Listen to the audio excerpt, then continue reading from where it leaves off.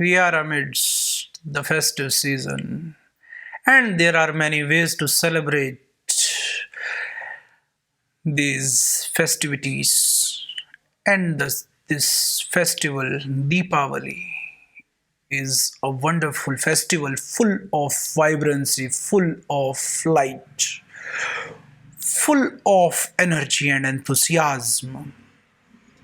And as we know very well, each and every festival has got some sort of linkage with our past, with mythologies, which give us some reason or some logic behind all these festives. But more than that, each and every festival has got subtle message hidden within. And if we try to decode that message, if we try to unveil the secret codes that lies within each festive and each rituals and mythologies, then only we could decipher the real meaning of these festives. So is with this beautiful festival of light. As we all know, this is the journey of Ram towards Ayodhya. And this is the final venture of Ram in this whole process, which started with his Vanvas, when he went to forest and there he fought with all his might, with all his valor and courage. And at one end he get destroyed all the negativities and vices, and at the other end he got what was his, that is Sita. So now, after getting Sita, they both, Ram and Sita, came back to Ayodhya. So this is the whole thing that we all know. But on this beautiful eve, what we do? We celebrate. We celebrate this beautiful story. We celebrate the win of Ram over all the vices, all the negativities, and all the ills of that time. But is it enough?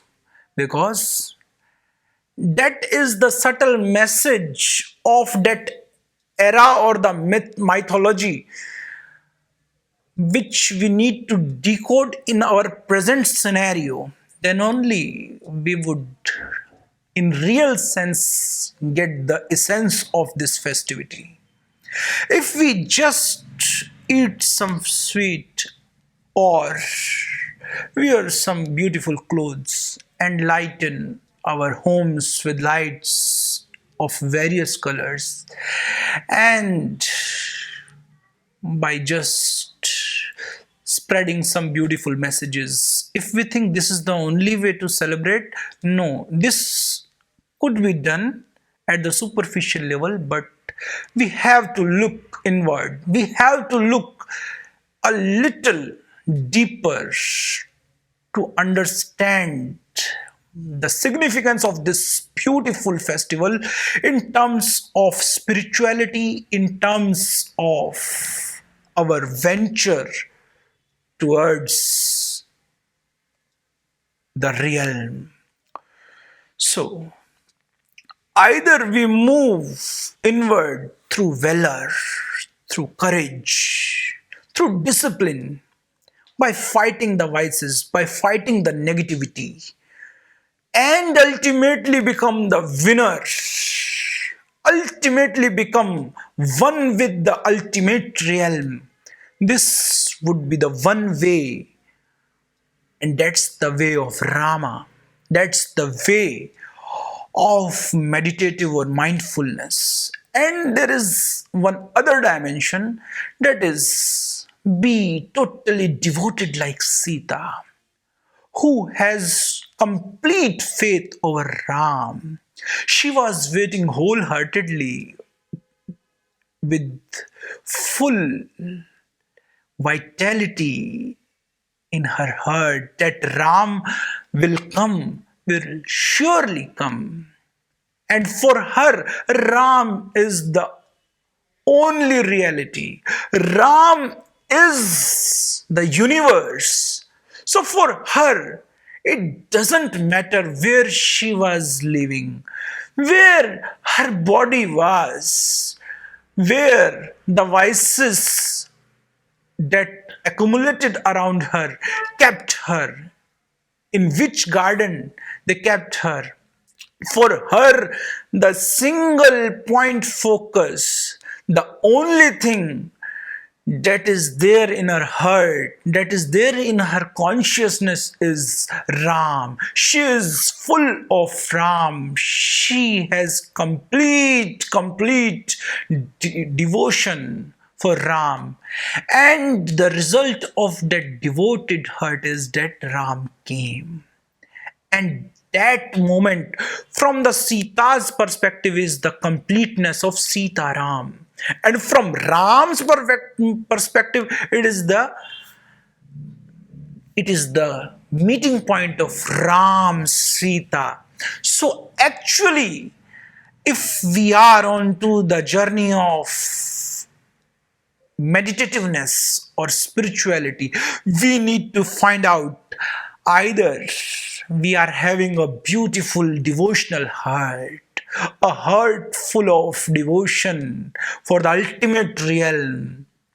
It would be irrelevant after certain point that who is upon whom you are devoted to.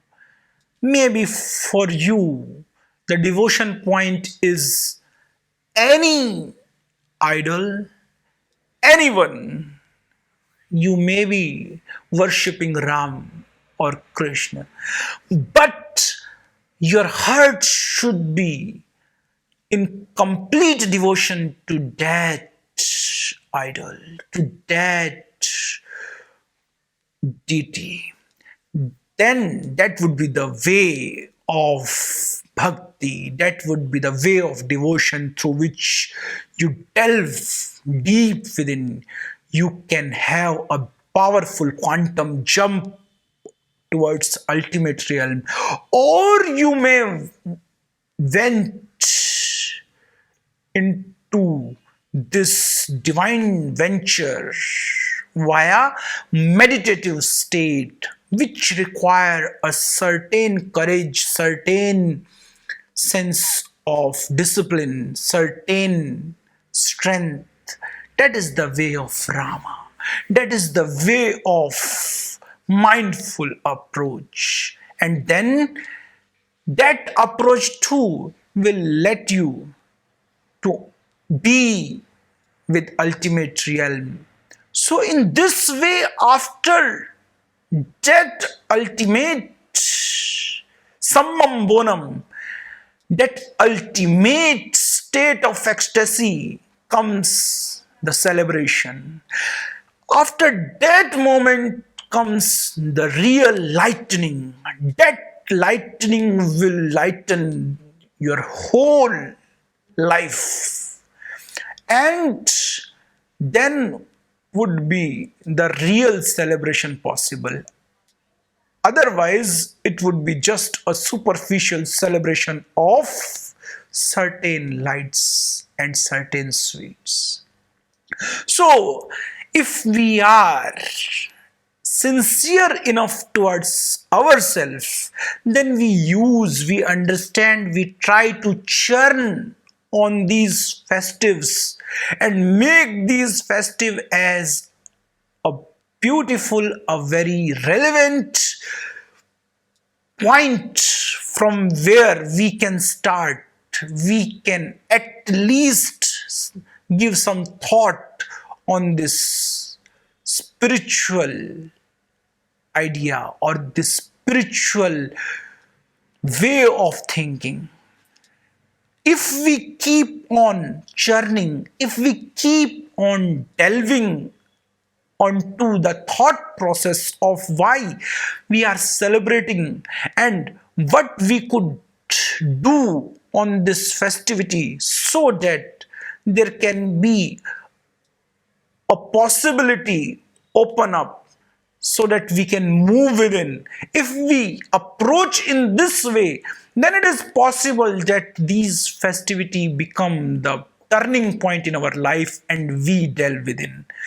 Otherwise, we miss and we are missing, we keep on missing these opportunities that are well developed in our mythologies, in our story lineups that are connected directly and indirectly with our